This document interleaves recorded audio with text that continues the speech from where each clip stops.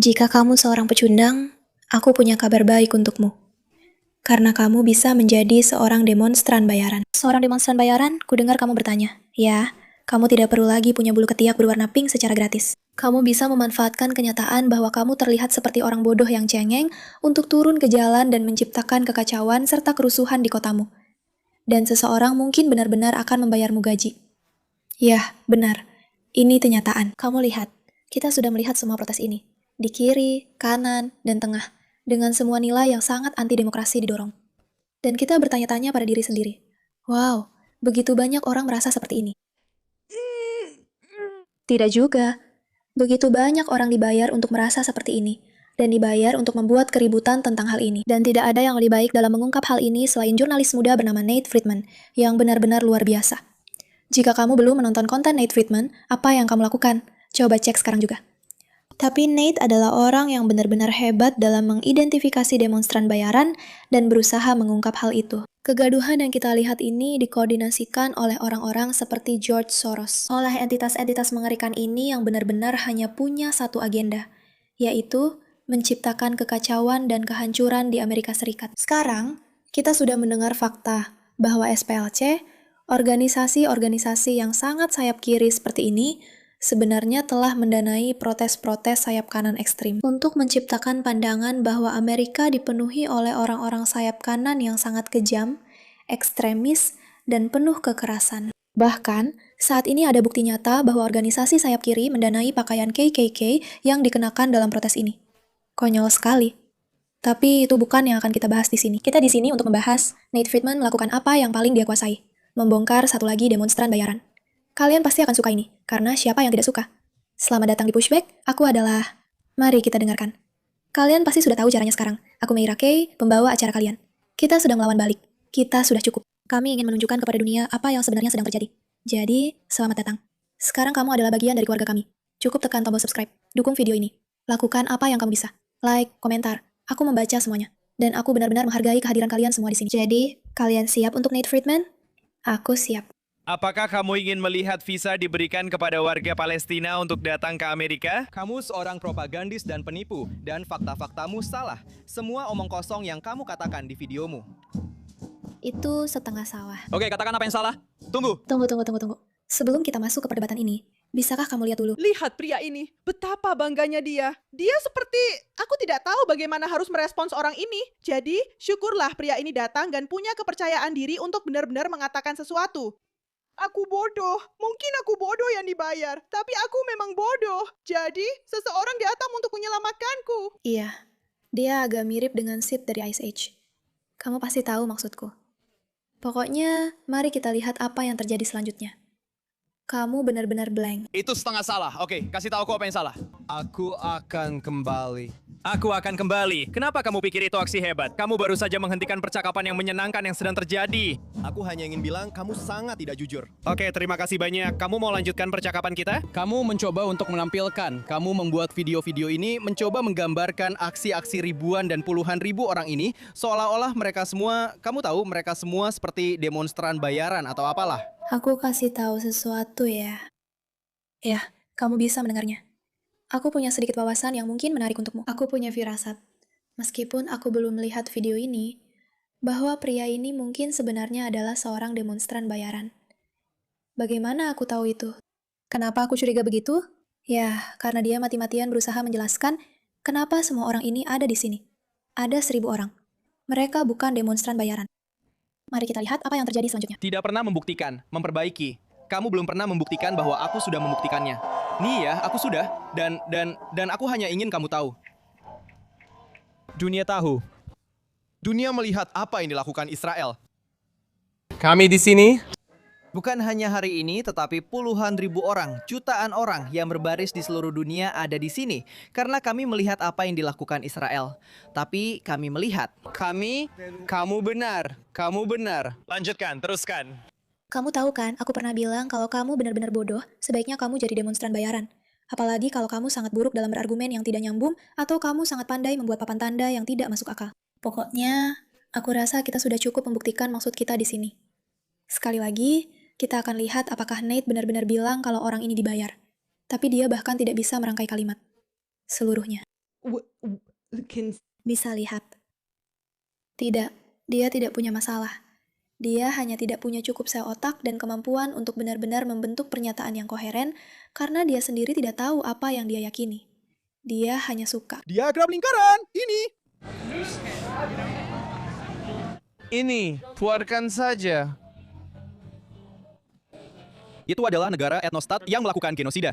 Itu adalah slogan yang bagus. Ingat itu. Yang mana? Kamu menggunakan sel otakmu untuk mengingat etnogenosida atau kakak. Kamu terdengar sangat pintar, nak. Ya, benar. Kamu terdengar sangat pintar. Tidak. Seperti kamu sudah melewatinya. Ya, tidak. Apa yang kalian lakukan itu menjijikan. Dan kami muak dengan itu. Dunia mulai menyadarinya. Dan itulah mengapa puluhan ribu orang. Kenapa begitu? Aku tidak melihat puluhan ribu orang di sini. Aku tidak melihat banyak orang. Mereka tidak ada di sini hari ini. Tapi orang-orang, Kenapa mereka tidak ada di sini? orang-orang mulai sadar dengan apa yang dilakukan Israel. Saya tidak melihat, saya hanya melihat beberapa ratus orang yang sadar, atau mungkin 100 orang yang sadar tentang Israel. Ya, oke. Apa pekerjaanmu? Saya. Saya, itu bahkan bukan. Kamu baru saja membuatnya menjadi urusanku. Kenalkan, Kay Pritzker. Dia adalah seorang demonstran bayaran dengan kedok. Lihat, saat kamu melihatnya, kamu pikir dia sama seperti demonstran lainnya. Dia membaur dalam kekacauan dan meneriakkan yel-yel seperti yang lain. Saat pertama kali saya masuk ke dalam aksi protes ini, kamu bisa melihat dia hanya berbaur. Tapi ada sesuatu yang lain terjadi di sini. Ketika kamu melihat lebih dalam, kamu akan menemukan kebenarannya. Ini dia sedang mengambil foto di atas panggung pada unjuk rasa anti-barat di Times Square. Boleh aku bilang betapa aku sangat suka Nate Friedman? Karena inilah jenis jurnalisme yang benar-benar kita butuhkan lebih banyak lagi. Kita sudah terlalu terbiasa dengan jurnalisme yang buruk. Orang ini benar-benar tahu apa yang dia lakukan. Dia benar-benar melakukan investigasi dan membongkar orang-orang. Dan itu benar-benar sangat menyenangkan. Aku suka menonton pengungkapan seperti ini. Foto-foto di atas panggung pada sebuah unjuk rasa anti-barat di Times Square. Dia seorang jurnalis. Dia bekerja untuk Grayzone News. Tapi, ini dia sedang melakukan protes di sebuah sidang dengar pendapat Kongres. Bergabunglah dengan Code Pink dan jawab panggilan. Ini dia sedang berbaris dengan bendera Antifa. Kay memang selalu gemar berdemonstrasi. Ini dia saat masih kuliah, namanya tercantum pertama sebagai orang yang ditangkap setelah melakukan aksi duduk di gedung Ronald Reagan. Selama aksi duduk itu, Kay memegang papan bertuliskan kutipan Adolf Eichmann, arsitek Holocaust, dan membandingkannya dengan petugas perbatasan karena Eichmann juga mengatakan dia hanya mengikuti perintah. Kay didakwa karena masuk tanpa izin.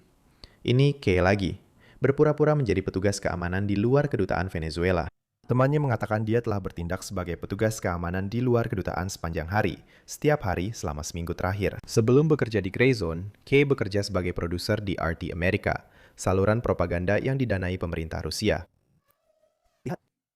Lihat, orang-orang Rusia, mereka yang berpihak pada Rusia, juga punya kepentingan untuk mendorong narasi pro-Palestina kepada Anda. Sekali lagi, mereka hanya ingin memecah belah lalu menguasai teman-teman. Mereka hanya ingin memecah belah. Ketika kami menyadari bahwa acara ini akan menjadi pekerjaan penuh waktu kami paham bahwa kami akan membutuhkan sponsor. Tapi saya bersikeras bahwa kami hanya akan mengiklankan hal-hal yang baik untuk para pengikut kami. Kami telah mencari perusahaan-perusahaan yang benar-benar akan meningkatkan kualitas hidup kalian. Dan Chapter adalah salah satu pilihan pertama kami. Kalian tidak perlu saya beritahu bahwa Medicare itu bermasalah dan mahal. Dan itu sangat mengganggu saya. Tapi itulah alasan Chapter ada. Dan tolong katakan pada saya bahwa kalian sudah mulai menggunakan layanan mereka. Karena mereka membantu kalian memilih rencana yang benar-benar sesuai untuk kalian. Bukan rencana yang hanya menguntungkan para penasihatnya. Pengguna rata-rata menghemat lebih dari $1.100. Panggilan mereka gratis. Hanya butuh sekitar 20 menit dan bisa menghemat banyak uang dan stres untuk kalian atau orang yang kalian cintai. Jadi, hubungi Chapter di 610-683-337. Itu 610-680-3337. Dan sekalian dukung The Pushback. Dan Kay ikut menyutradarai The Encampments, sebuah film dokumenter tentang perkemahan protes di Universitas Columbia. Dan Kay tidak hanya meliput perkemahan-perkemahan itu saja.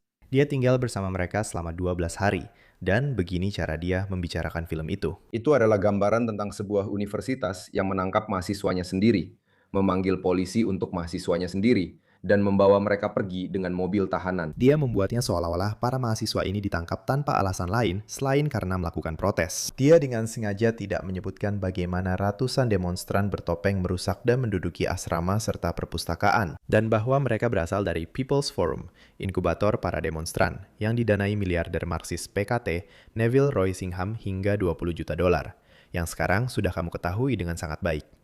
Tapi lihat ini. Jika kamu melihat lebih dekat pada poster filmnya, kamu akan melihat bahwa itu disponsori oleh Breakthrough News. Dan begitu juga Kay, dia juga bekerja di Breakthrough. Breakthrough mengatakan di halaman YouTube mereka sendiri bahwa mereka bebas dari bias. Bebas dari bias. Ini adalah kutipan dari Kay yang mengatakan bahwa mereka memang bias. Di Breakthrough, kami menerima hal itu, dan kami benar-benar ingin menceritakan sisi cerita yang tidak diceritakan oleh media arus utama, yaitu sisi Palestina. Kami sebenarnya tidak melakukan itu. Kami melakukan sebaliknya. Kami mengatakan semua penceritaan berasal dari perspektif kami dan pasti memiliki bias. Aku sudah bilang ke kalian. Nate Friedman benar-benar salah satu yang terbaik di pekerjaannya. Itu luar biasa. Sisi Arab, sisi anti-rasisme, sisi yang menentang kolonialisme. Pada tahun 2020, Breakthrough News menerima $225.000 dari Justice and Education Fund. Tahun berikutnya, jumlah itu melonjak menjadi $442.000. Dan pada tahun 2024, dana yang sama itu mengucurkan dana yang mencengangkan sebesar $977.000, sehingga totalnya menjadi $1,9 juta. Orang di balik dana tersebut telah memasukkan lebih dari $68 juta ke dalam Justice and Education Fund. Dan orang itu tidak lain adalah Neville Roy Singham. Sungguh mengejutkan. Dolar untuk berunjuk rasa. Tempat yang sama dengan para demonstran bayaran yang membuat ratusan tanda yang menciptakan sebuah mereka. Tempat yang sama dengan membongkar demonstran bayaran yang menghasilkan hampir 18 tahun untuk berunjuk rasa. Semua ini terjadi tepat di luar P.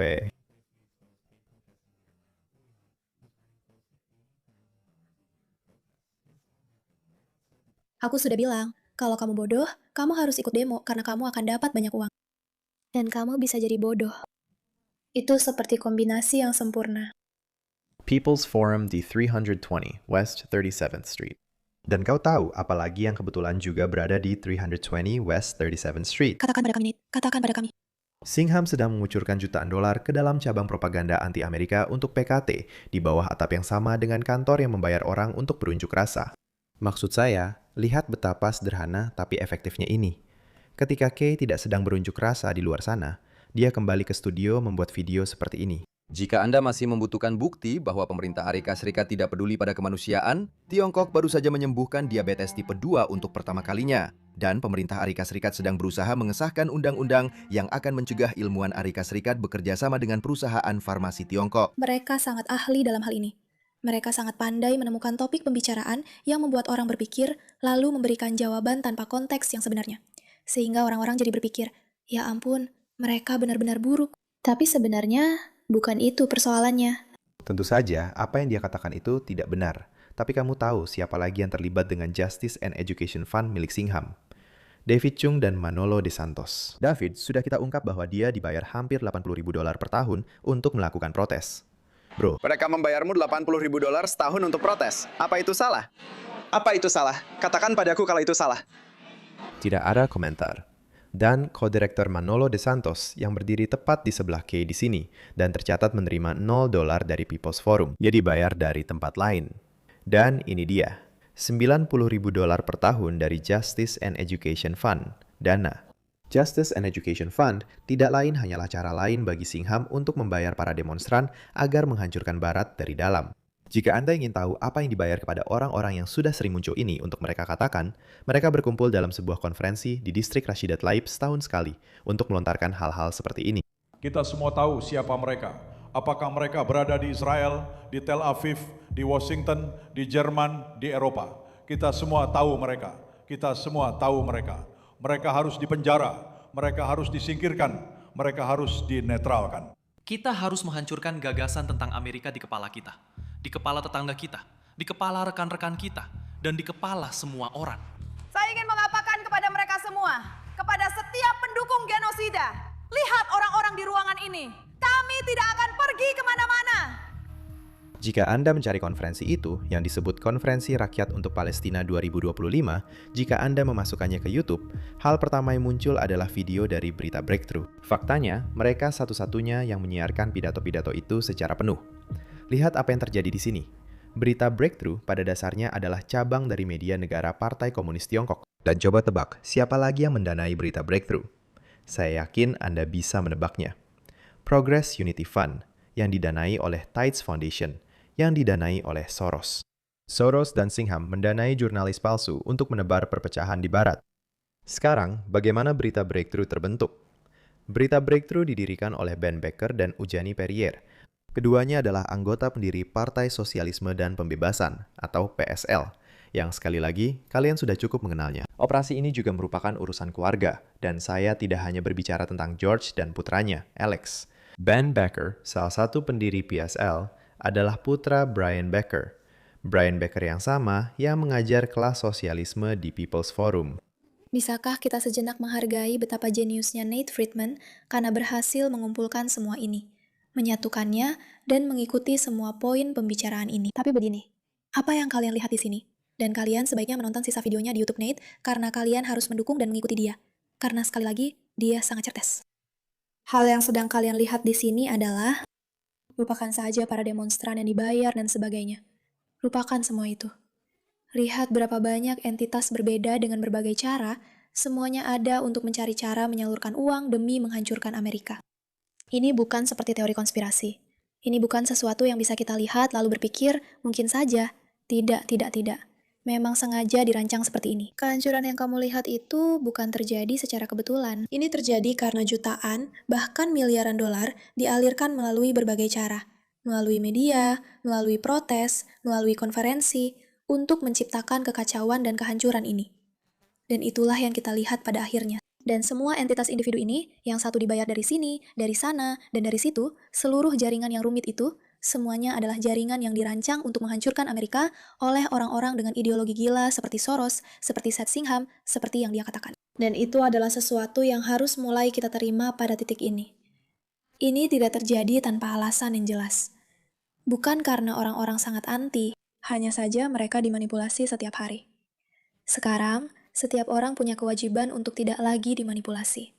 Itu tanggung jawabmu sebagai orang dewasa yang berpikir. Namun, ada sangat banyak uang yang digelontorkan untuk mewujudkan hal ini. Dan ini baru dari Soros saja. Kita bahkan belum membahas Ikhwanul Muslimin, Qatar, hal-hal yang lebih berkaitan dengan Rusia, atau hal-hal yang lebih berkaitan dengan Tiongkok. Semua itu bahkan belum disentuh. Terima kasih atas perhatian Anda terhadap masalah ini.